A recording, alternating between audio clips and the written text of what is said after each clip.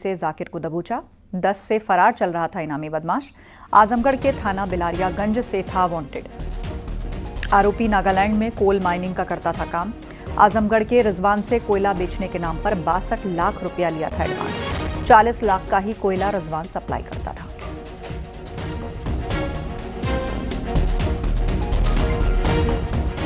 लखनऊ में दरोगा से मारपीट कर वर्दी फाड़ने वाले 2 आरोपियों को पुलिस ने गिरफ्तार किया और उसके बाद दोनों ने माफी मांगी। गिरफ्तार आरोपियों के नाम राहुल और नरेंद्र हैं। मुख्य आरोपी धर्मेंद्र उर्फ वीरू कल ही गिरफ्तार हो चुके थे। इन लोगों ने बरकत नगर चौराहे पर बाइक के पेपर मांगने पर दरोगा से मारपीट की थी और वर्दी भी फाड़ी थी। आज बात हम लोग किसी से गलती नहीं करेंगे, अब कभी गलती नहीं करेंगे। जो हो गई तो माफ कर दीजिए सर, अब कभी गलती नहीं करेंगे। आज बात हम लोग किसी से गलती नहीं करेंगे, अब कभी गलती नहीं करेंगे। जो हो गई तो माफ कर दीजिए सर, अब कभी। प्रतापगढ़ में भीषण सड़क हादसा हुआ है। स्कूली बस ने बाइक को टक्कर मार दी। हादसे में बाइक सवार भाई बहन की मौत हो गई। हादसा कोतवाली देहात के सुखपाल नगर गांव का है। निखिल 10वीं और शिखा 9वीं की छात्रा थी। हादसे के बाद बस ड्राइवर बस छोड़कर फरार हो गया। आज दिनांक 2/7/2025 को सुबह करीब 6:30 बजे के करीब लखनऊ वाराणसी हाईवे पर सुखपाल नगर स्थित पेट्रोल पंप के सामने एक बाइक और स्कूल बस में एक्सीडेंट हो गया। उक्त दुर्घटना में बाइक सवार एक व्यक्ति की तत्काल मौके पर मृत्यु हो गई तथा एक महिला जो गंभीर रूप से घायल हो गई, उसे इलाज जिला अस्पताल भिजवाया गया, जहां पर बेहतर इलाज के लिए उसे एसआरएन रेफर किया गया था, परंतु रास्ते में जाते वक्त उसकी भी मृत्यु हो गई। उक्त मामले में पुलिस के द्वारा पंचायतनामा एवं पोस्टमार्टम की कार्रवाई कराई जा रही है। यातायात की स्थिति सामान्य है और अग्रिम विधिक कार्रवाई मामले में की जा रही है। आगरा में स्कूल वैन नाले में गिरने से हादसा हुआ है। वैन में सवार 11 बच्चे घायल हो गए। वैन सेंट जॉर्ज स्कूल की बताई जा रही है। हादसा थाना हरि परिवर्तन क्षेत्र के रघुनाथ टॉकीज के पास हुआ। बताया जा रहा है कि वैन के हैंड ब्रेक को किसी बच्चे ने हटा दिया था, जिसकी वजह से वैन नाले में जा गिरी। पुलिस और स्कूल स्टाफ ने नाले में गिरी वैन से बच्चों को निकाला और इलाज के बाद सभी को घर भेजा गया। स्कूल के बाद बच्चे वैन में बैठ के अपने घर जाने के लिए तैयार हो रहे थे। जैसे ही सब वैन में बैठ के तैयार थे जाने के लिए, तो ऐसा सुनने में आया है बच्चों से कि शायद किसी ने खेल में गलती से हैंड ब्रेक दब गया, तो वैन रिवर्स करके पीछे जाली में टकरा के नीचे नाले में चली गई।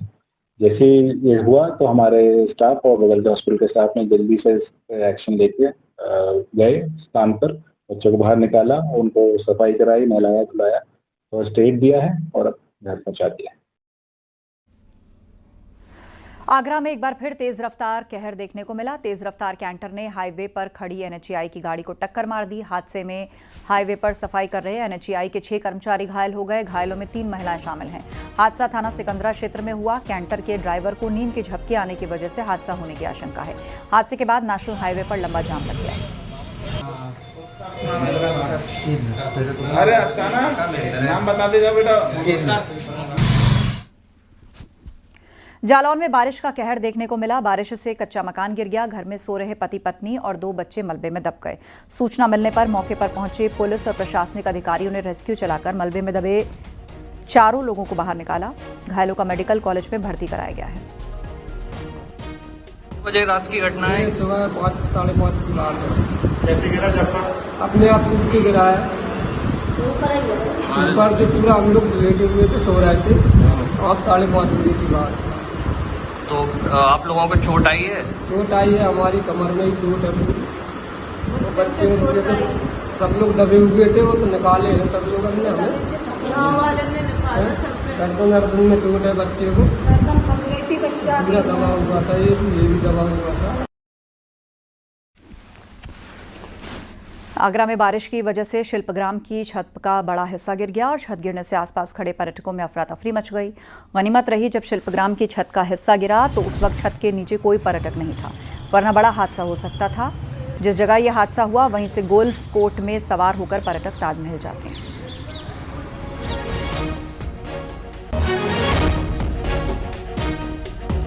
एक महीने पहले जालौन की एक महिला का शव उत्तराखंड की भीमताल की झील में मिला था। गांव के ही एक व्यक्ति पर महिला का अपहरण कर हत्या का आरोप है। घटना के 1 महीना बीत जाने के बावजूद भी पुलिस अभी तक आरोपी को गिरफ्तार नहीं कर पाई है। पुष्पा देवी के परिजनों का आरोप है कि उनकी बेटी का अपहरण कर उसकी हत्या की गई है। उन्होंने इस मामले में एक व्यक्ति के खिलाफ जालौन कोतवाली में नामजद रिपोर्ट दर्ज कराई। एफआईआर में गंभीर धाराएं शामिल की गईं। बावजूद इसके आरोपी अब तक पुलिस की पकड़ से बाहर है। महिला के परिजन ने एसपी से मुलाकात कर गिरफ्तारी की मांग की है। मेरी पत्नी का मर्डर हो गया, उसी के बारे में सूचना देने आए हैं। कोई पुलिस ने कार्रवाई नहीं की। अच्छा, क्या कार्रवाई नहीं की? मुकदमा लिखा नहीं लिखा? मुकदमा लिखे हुए 20 दिन हो गए। अच्छा, कौन मुलजिम है जिसको? अभिषेक श्रीवास्तव है। कहाँ का रहने वाला? डकोर का रहने वाला है। कौशाम्बी में डबल मर्डर का पुलिस ने खुलासा कर दिया है। महिला और उसके प्रेमी की हत्या हुई थी। महिला से दुष्कर्म की कोशिश के दौरान विरोध करना दोनों को भारी पड़ा। दोनों की बेरहमी से हत्या कर दी गई। मुख्य आरोपी वीरेंद्र को एनकाउंटर के दौरान गिरफ्तार किया गया। दूसरे आरोपी शिव बाबू को भी पुलिस ने दबोच लिया।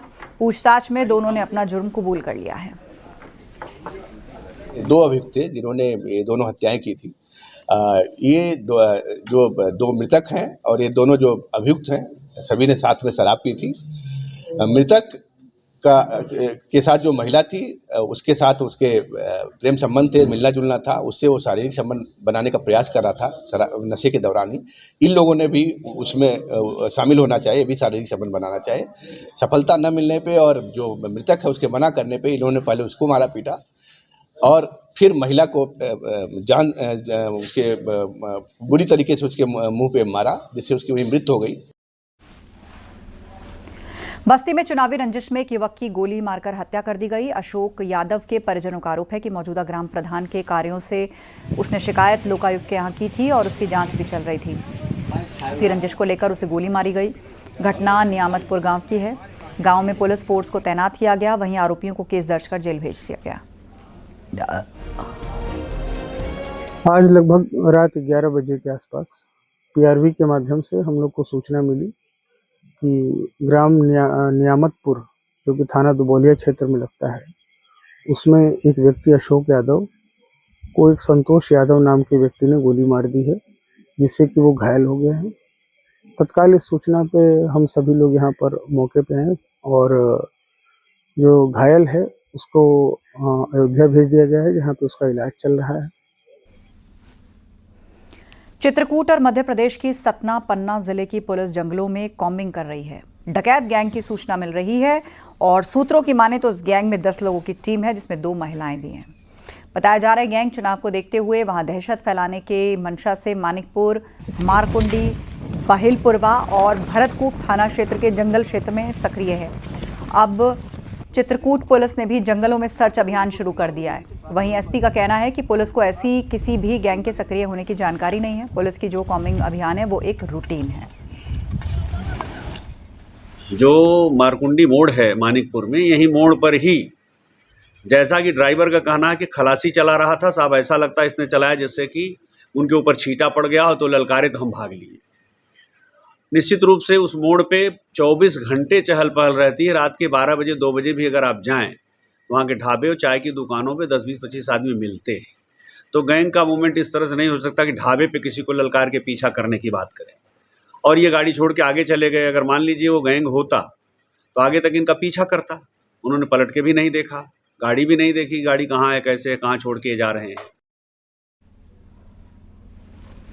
सहारनपुर में आबकारी विभाग के इंस्पेक्टर शैलेंद्र कुमार को एंटी करप्शन की टीम में रिश्वत लेते गिरफ्तार किया था। एंटी करप्शन टीम ने उससे 25,000 की घूस लेते रंगे हाथ पकड़ा।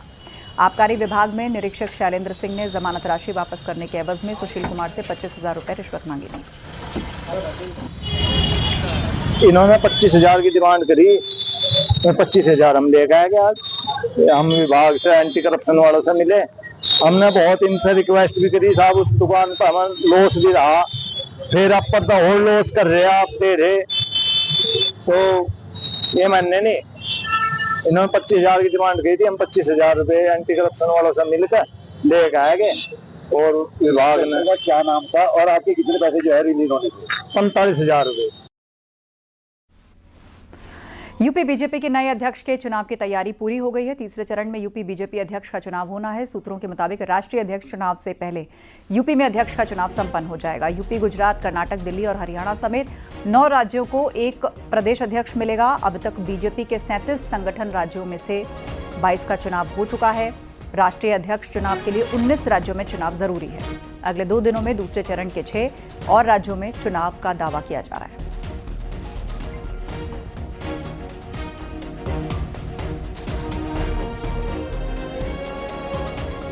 तो सूत्रों के हवाले से बहुत बड़ी खबर, यूपी बीजेपी से जुड़ी बहुत बड़ी खबर। यूपी समेत 9 राज्यों को मिलेगा अध्यक्ष। तीसरे चरण में यूपी बीजेपी के अध्यक्ष का चुनाव। मऊ विधानसभा सीट पर उपचुनाव को लेकर कई कयास लगाए जा रहे हैं। इसके बीच सुगबुगाहट है कि बाहुबली ब्रजेश सिंह इस सीट से चुनाव लड़ सकते हैं और ओम प्रकाश राजभर ने भी ब्रजेश सिंह से रिश्ते अच्छे होने की बात कही है, जिससे चर्चाओं का बाजार गर्म है। पूरे देश में सबसे रिश्ते हमारे अच्छे हैं ब्रजेश सिंह के, चाहे ब्रजेश सिंह हो, चाहे उदय राठी जी हो, चाहे धनंजय सिंह हो, चाहे अभय सिंह हो, कोई हो, सबसे अच्छे संबंध हमारे हैं। इस नाते अच्छे संबंध हैं क्योंकि हर क्षेत्र में अपना वोट है। राजनीति में जो लोग कदम रखे हैं उनसे सबसे संबंध है। चुनाव में उपचुनाव में कयास लगाया जा रहा है कि ब्रजेश सिंह आपके साथ आ सकते हैं। अभी मुझे ऐसी कोई जानकारी नहीं है। उन्होंने कभी संपर्क किया क्या? संपर्क तो बराबर होता रहता है। कोई चर्चा नहीं है जी। वो पार्टी जिसको तय करेगी, हम पार्टी जो नेता देगी हम सर्वमान उसको पार्टी को मानेंगे। अगर ब्रजेश सिंह आते हैं तो क्या चर्चा रहेगा? अब देखिए पार्टी का शीर्ष नेतृत्व का विषय है जी। शीर्ष नेतृत्व जिसको भी तय कर दे। हमारा प्रत्याशी कमल का फूल है जी। जो भी आए कमल के फूल को दे। अगर ओम प्रकाश की पार्टी से भी आ जाता है तो? हाँ, ओम प्रकाश की पार्टी स्वागत है। मैं बताया ना कि वो चुनाव प्रबंधन समिति तय करती है। पार्टी के सीनियर लोग बैठते हैं और गठबंधन के लोग बैठते हैं, वही तय करेंगे जो आएंगे उनके साथ। कांवड़ रूट पर नाम पर जारी घमासान के बीच समाजवादी पार्टी के नेता एसटी हसन ने विवादित बयान दिया। उन्होंने कहा कि उन्हें ये अधिकार किसने दिया कि वो ढाबों की जांच करें। क्या इनमें और उन आतंकवादियों में कोई फर्क है जिन्होंने धर्म पूछकर पहलगाम में गोलियां चलाईं? ये भी एक तरह के आतंकवादी हैं और वो भी आतंकवादी थे। ये देश के दुश्मनों से मिले हुए लोग हैं जो देश के अंदर शांति नहीं चाहते, जो हिंदू मुसलमान करके यहाँ की आबादी को बांटना चाहते हैं और आबादी बढ़ने के बाद देश कमजोर हो। इनका एक एजेंडा है, लोग इस बात को समझ नहीं रहे, लेकिन धर्म की आड़ में धार्मिक ब्लैकमेल करके ये सब हरकतें कर रहे हैं। किसने ये राइट दिया इनको कि ढाबों की चेकिंग करें? ये किसने इनको ये राइट दिया कि लोगों की पैंटें उतरवाएं? क्या इनमें और उन आतंकवादियों में कोई फर्क है जिन्होंने धर्म पूछ के पहलगाम के अंदर गोलियां मारी थी? ये भी एक तरह के आतंकवादी हैं और वो भी आतंकवादी थे। एसपी नेता एसटी हसन और मुस्लिम लीग के उपाध्यक्ष कौसर हयात के बयान पर बीजेपी और आरएलडी ने निशाना साधा है। बीजेपी का कहना है कि सपा नेता एसटी हसन ने नेम प्लेट चेक करने वालों की तुलना पहलगाम के आतंकी से करके पाप किया है। भाजपा सरकार धर्म के आधार पर भेद नहीं करती है, ये नासमझ लोग नहीं जानते और ये केवल एक पक्षी चीज देखते हैं। क्या ये कांवड़ यात्रा आज से निकल रही है? ये सैकड़ों साल पुरानी ये प्रथा है और हर सरकारों ने अपने समय, हर सरकारों के समय निकली है। ये अलग बात, किसी ने ध्यान नहीं दिया। अब कि पत्थर बरसते रहते थे, कोई ध्यान नहीं देता था। अब पत्थर की जगह फूल बरसते हैं हेलीकॉप्टर से, वो इनको दिखाई पड़ता है। तो क्या फूल न बरसाएं? ये चाहते हैं पत्थर बरसे। पत्थर बरसाने वाले हाँ तब सुरक्षित नहीं रहने वाले। हमें जानकारी है, मैंने बताया, हर धर्म हर जाति के लोग श्रद्धालुओं का, कावड़ियों का स्वागत करते हैं। और क्योंकि 15 दिन संख्या बहुत ज़्यादा होती है, हाईवे पर रश होता है, उन्हीं को देखते हुए बहुत से प्रतिष्ठान बंद भी अपने आप जो हैं कर दिए जाते हैं। तो और वही लोग जिनके प्रतिष्ठान है वही शिविर लगा के हमारे कावड़ियों का स्वागत करने का काम करते हैं। तो इस पे राजनीति करने की ज़रूरत नहीं है, ये सैकड़ों साल से चलता आया है। इस साल भी संपन्न खुशहाली के साथ होगा। दुर्भाग्य से ये व्यवस्था समाजवादी पार्टी को पच नहीं रही है। अब उसकी तुलना पहलगाम के आतंकवादियों से करने का पाप किया है एसटी हसन ने। पहले अखिलेश यादव पहलगाम में शहीद कानपुर निवासी शुभम द्विवेदी के घर जाने से मना कर देते हैं। अब पहलगाम के आतंकवादियों की तुलना स्थानीय स्तर पर करके कहीं न कहीं समाजवादी पार्टी पहलगाम के आतंकियों को एक पनाह देने की कोशिश कर रही है। नेम प्लेट विवाद में समाजवादी पार्टी और मुस्लिम स्कॉलर के अलग अलग तर्क हैं। समाजवादी पार्टी जहां इसे बीजेपी की सियासत बता रही है, वहीं मुस्लिम धर्मगुरुओं का कहना है कि सरकार संविधान के तहत काम करे। इतने लंबे समय से सरकार में, इसलिए कोई जवाब नहीं है क्या किया उन्होंने, क्या कर रहे हैं। इसलिए लगातार ऐसे जो धार्मिक आयोजन होते हैं उनमें अपनी मानसिकता के हिसाब से विभाजन पैदा करके विवाद पैदा करने की कोशिश की जाती है, जबकि सरकार की जिम्मेदारी है कि हर धर्म के कार्यक्रम को, आयोजन को अच्छी तरह से सुव्यवस्थित तरीके से उस धर्म के वरिष्ठ और सम्मानित लोगों के और जिम्मेदार लोगों की राय मशवरा लेके अच्छे से संपन्न कराना चाहिए। एक धर्म के लिए सरकारें काम कर रही हैं। सरकारें तो सबकी होती हैं, हिंदू, मुस्लिम, सिख, ईसाई सबकी सरकारें होती हैं, लेकिन कहीं न कहीं कावड़ी यात्रा के नाम पर और कभी मुसलमानों की बकरीद के नाम पर इस तरह के नफरत आमेज फरमान जारी करना सरकारों की तरफ से ये दुर्भाग्यपूर्ण है। गाजियाबाद में कांवड़ की तैयारियां शुरू हो गई हैं। वरिष्ठ अधिकारियों ने कांवड़ रूट का निरीक्षण किया। एडिशनल कमिश्नर आलोक प्रियदर्शी ने कहा, कांवड़ का एक लंबा रूट रहता है, लगातार तैयारियों का जायजा लिया जा रहा है। बड़ी संख्या में जवानों की तैनाती की जाएगी। सीसीटीवी कैमरे लगाए जा रहे हैं। हमारे कई प्रेशर पॉइंट्स में से एक प्रेशर पॉइंट है, महत्वपूर्ण प्रेशर पॉइंट है, वहाँ पे अलग से ड्यूटियाँ लगाई जा रही हैं और ड्यूटियों की शिफ्ट भी हम लोग छोटी शिफ्ट रख रहे हैं ताकि वहाँ लोग लगातार अलर्ट रह सकें। उसके पास ही हम लोगों ने कंट्रोल रूम भी बनाया है जहाँ से सारे कांवड़ के ऊपर निगाह रखी जाएगी सीसीटीवी के मार्फत। पूरे रूट में कम से कम 1500 सीसीटीवी लगाए जा रहे हैं की व्यवस्था हम कर रहे हैं। बाकी अन्य सारी व्यवस्थाएँ इस प्रकार की जा रही हैं कि कांवड़ को सुरक्षित रखा जाए। गाजियाबाद पुलिस प्रशासन कांवड़ यात्रा को सफलतापूर्वक संपन्न कराने में जुटा है। कमिश्नरेट गाजियाबाद के बॉर्डर के जिलों और राज्यों के पुलिस अधिकारियों के साथ बैठक की गई। रिजर्व पुलिस लाइंस में हुई बैठक में कानून व्यवस्था, ट्रैफिक व्यवस्था और रूट डायवर्जन को लेकर चर्चा हुई। तो कांवड़ यात्रा को लेकर कोऑर्डिनेशन बैठक हुई। पुलिस महकमे की ये महत्वपूर्ण मीटिंग, कानून व्यवस्था पर बहुत बड़ी बैठक हुई। सभी अधिकारी इसमें शामिल हुए, एक भी अधिकारी एब्सेंट नहीं था। सभी अधिकारी प्रेजेंट थे और उन सब ने इस मीटिंग को कंडक्ट किया है और डिसाइड किया है कि कांवड़ यात्रा के लिए कौन कौन से रूट सही रहेंगे, किसको डाइवर्ट किया जाना है।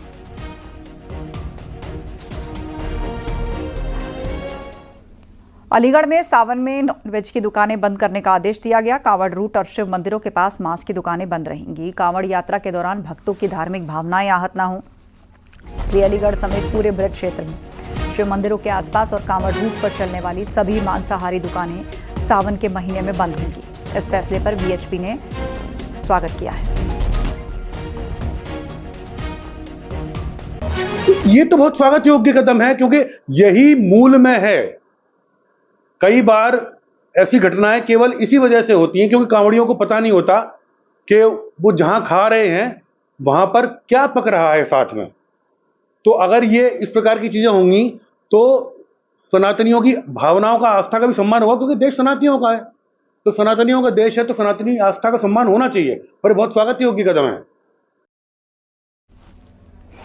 अखिलेश यादव पर बाबा बागेश्वर ने पलटवार किया है। न्यूज 18 से बातचीत में बाबा बागेश्वर का बड़ा बयान सामने आया। अंडर टेबल पैसे लेने वाली बात पर कहा, जिसको जैसी बुद्धि दी वो अपने हिसाब से बोल रहा। सनातन के लिए जन्म हुआ, उनके लिए मरेंगे। यात्रा पे जाती हैं तो यहाँ पर लोग तरह तरह के सवाल खड़े करते हैं, क्या कहेंगे उनके लिए? सबकी अपनी हाथ ही चले बाजार, सबकी अपनी अपनी विचारधारा है और लोग कहते रहते, कहना भी चाहिए। कभी लोग चश्मा पे, कभी जैकेट पे, तो कभी अंडर टेबल की बात करते हैं। उससे कोई, सब अपने अपने हिसाब से, भगवान जिसको जैसी बुद्धि दिए हैं वो वैसा बोल रहा है। जाकी रही भावना जैसी, प्रभु मूरत देखी तिन तैसी। हम जो कर रहे हैं वो करते रहेंगे। सनातन के लिए जन्म हुआ, सनातन पे ही मरेंगे और भारत का जातिवाद शून्य करके राष्ट्रवाद स्थापित करेंगे। आप कह रहे हैं कि हिंदू राष्ट्र बनाना है भारत को, लेकिन जाति में भारत हिंदू राष्ट्र है, बस उसको विचारों की चेतना में प्रतिष्ठित करना है। भारतीय जनता पार्टी के हेमंत खंडेवाला भी प्रदेश अध्यक्ष बने हैं मध्य प्रदेश। सबको आशीर्वाद, पूरे विश्व को आशीर्वाद। किस रूप में देखते होंगे आप? सबको आशीर्वाद, पहले बहुत अच्छा कार्यकाल रहा। सबको आशीर्वाद। राजनीति पे हम कोई टिप्पणी नहीं करते। धन्यवाद। लखनऊ में बार बार ट्रैफिक नियमों का उल्लंघन करने वालों पर शिकंजा कसा जाएगा। ऐसी गाड़ियां जिनके 5 या उससे ज्यादा चालान हैं, उन गाड़ियों को रजिस्ट्रेशन निलंबित किया जाएगा। ट्रैफिक पुलिस ने ऐसी 13,819 गाड़ियों का ब्यौरा आरटीआई डिपार्टमेंट को भेजा है। इनमें सबसे ज्यादा 2 व्हीलर्स हैं जिनकी संख्या 12,393 है। आरटीओ विभाग ने करीब 10,000 गाड़ी मालिकों को नोटिस भेजा है और आरटीओ विभाग हर महीने 1200 गाड़ियों के रजिस्ट्रेशन कैंसिल करेगा। हालांकि गाड़ी मालिक एक तय प्रक्रिया के तहत निलंबन खत्म करने के लिए अपील कर सकता है। कि बहुत सारे लोगों का कई बार चालान, 5 बार से अधिक चालान हुआ और वो चालान नहीं जमा कर रहे हैं। इसके कारण इनको ट्रैफिक नियमों के प्रति जवाबदेह बनाने के लिए उनके रजिस्ट्रेशन निरस्त करने के लिए भेजा गया है और ये बड़ी संख्या में धीरे धीरे ये संख्या बढ़ती जा रही थी। इसलिए इस पर प्रतिबंध लगाना जरूरी था कि सख्ती से इन नियमों का पालन कराया जाए और इसी प्रकार लगभग प्रति माह 1300 लोगों का प्रतिमाह रजिस्ट्रेशन निरस्त करने के लिए भेजा रहा है। इसके बाद की जो प्रक्रिया होगी वो डीएल निरस्त करने के लिए भी भेजा जाएगा कि ऐसे लोगों का क्यों न डीएल निरस्त कर दिया जाए। प्रयागराज में एक जिंदा शख्स को मृत दिखाकर वृद्धावस्था पेंशन बंद करने का चौंकाने वाला मामला सामने आया। पीड़ित बुजुर्ग ब्रिजलाल ने जब किसी की मदद से सोशल मीडिया एक्स के जरिए डीएम से मदद मांगी तो पीड़ित बुजुर्ग को अपने दफ्तर बुलाया गया और सीडीओ की रिपोर्ट के आधार पर सरकारी फाइलों में मृत घोषित हो चुके ब्रिजलाल को दोबारा जीवित कराया और 4 साल की वृद्धावस्था पेंशन भी उन्हें लापरवाह अधिकारियों की जेब से दिलवाई। 70 साल के बुजुर्ग ब्रिजलाल अर्जुनपुर गांव के रहने वाले हैं। डीएम के इस काम की सराहना हो रही है।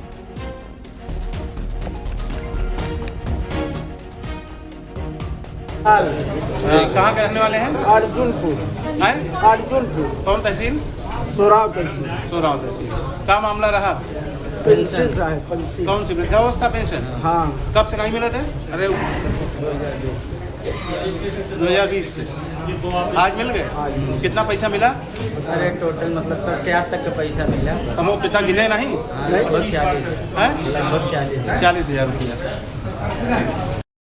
उसका संज्ञान मैंने लिया था। मुख्य विकास अधिकारी को मैंने कहा था कि जितने भी तब से लेकर अब तक ग्राम सचिव वहाँ रहे हैं और समाज कल्याण के ऑफिसर्स हैं, बीडीओ हैं और उनको जो व्यक्ति जिनके बारे में ये खबर थी उनको बुलाया जाए। कल मैंने उनको बुलाया था और निश्चित रूप से वो ये गलत तरीके से नाम काटा गया था और जिन अधिकारियों ने, जिन कर्मचारियों की लापरवाही से हुआ था उन्हीं ने जन सहयोग के माध्यम से 5 साल की जो पूरी पेंशन का जितना पैसा बनता था वो स्वयं उनको दिया अपनी गलती स्वीकारते हुए और भविष्य में इस प्रकार की प्रवृत्ति ना करें उसके लिए उन्होंने आश्वासन दिया है।